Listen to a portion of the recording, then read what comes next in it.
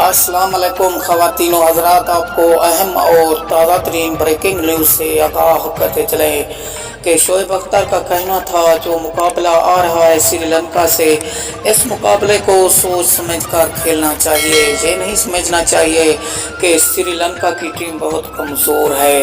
सकलैन मुश्ताक का कहना था कि आप लोगों को मुझसे तरबियत सीखनी चाहिए और गुगली बॉल का तरीका भी सीखना चाहिए।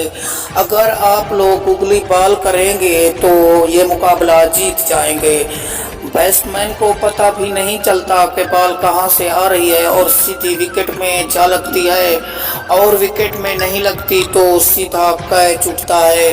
और मोहम्मद आमिर का भी यही कहना था कि सकलैन मुश्ताक बहुत अच्छे बॉलर रह गए और इनसे हमें तरबियत हासिल करनी चाहिए।